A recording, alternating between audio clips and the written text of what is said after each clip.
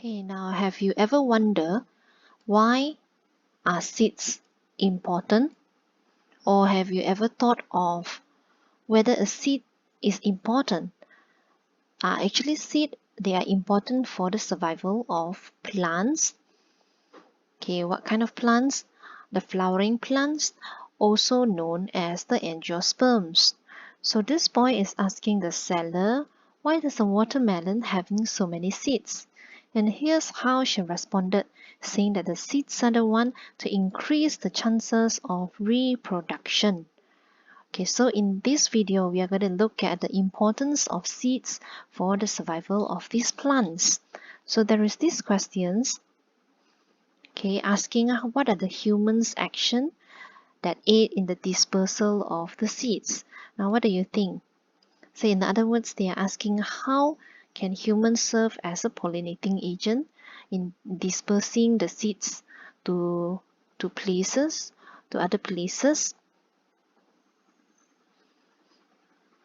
Okay, so we know seeds, they are structures that are used to replant most angiosperms or the flowering plants, and it is able to maintain the survival of the plant species. And that in this chapter also we will be seeing the specific features that is present in the seed to increase the chances of reproduction. Okay, and that is these 5 points over here on the importance of seeds for survival of plants. So the first point, it says, remember that we've discussed in the previous lessons about what's in the seed. Okay, what's in the seed? Okay, the seed comes from the ovule and it contains within it this embryo. Okay, what's in the embryo? It is formed by the radicle, the plumule, and also the cotyledon. So the first 2 points, okay, it's about embryo and also cotyledon. So seeds contain embryo. That is why seed is so important for plant survival, because there is embryo in it, and that this embryo will germinate and to form seedlings, iaitu anak pokok, which eventually grows to become an adult plant. Okay, inside the seeds also there is this food source, or we say the cotyledon or the endosperm tissue, which is the source of the nutrients to supply energy when germination is to happen. Okay, so the first 2 points is about what's in the seed, what's in the seed that are so significant for the survival of the plant species. Now the 3 points, the third, fourth, and the fifth points, these 3 points here is discussing on the specific features which is in the seed that is able to increase the chances of reproduction. Okay, so the third point here, it says there is this structure called the testa ataupun kulit bagi biji benih itu. So this structure known as testa is strong, it is water impermeable, which means it serves to protect what's within it. Okay, what's within it to prevent the seeds from spoiling. Okay, seeds, if it is not in the soil or if it is not germinating, it has to be in a dormant state. Okay, so in the case where it is not germinating, we have to ensure that it is not exposed to the germinating factors like water, like oxygen, and therefore we have this protected layer, and that is the testa.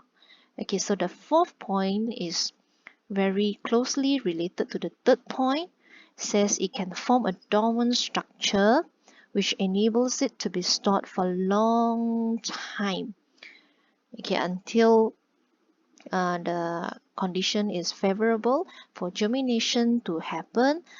Seeds can stay dormant and it won't be spoiled, provided when it is protected in the testa.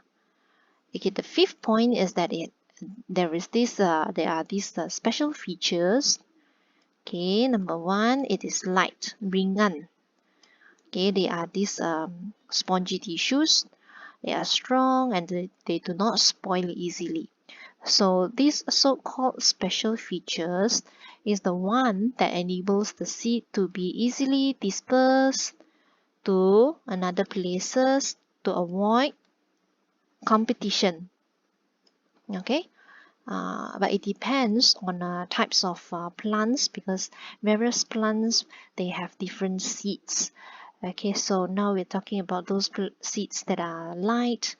Okay, that their pollinating agent is wind, and that wind will help to disperse ataupun dia akan menyebarkan biji benih ini easily, dengan senang, so that it doesn't clustered at one place, at one region. Okay, but that it is able to be dispersed to places which are far from one another. Okay, and the significance of it is that this will reduce competition. Okay, tidak berlaku persaingan dari segi perhaps they want to obtain the sunlight or water or nutrients. So if it is not too crowded, we say there is not much competition, and therefore the seeds can germinate well, and that they can form seedlings, they are able to grow and flourish and to thrive on, and we see the plants survive. Okay, we have come to the end of chapter 6. Okay, the title of chapter 6 is Sexual Reproduction in Flowering Plants, or the angiosperms. So still remember that we begin by looking at the structure of the flower. Okay, so the male reproductive organs is known as the stamen, consisting of the anther. Within it, there is this pollen grain. Okay, the anther is supported by the filament.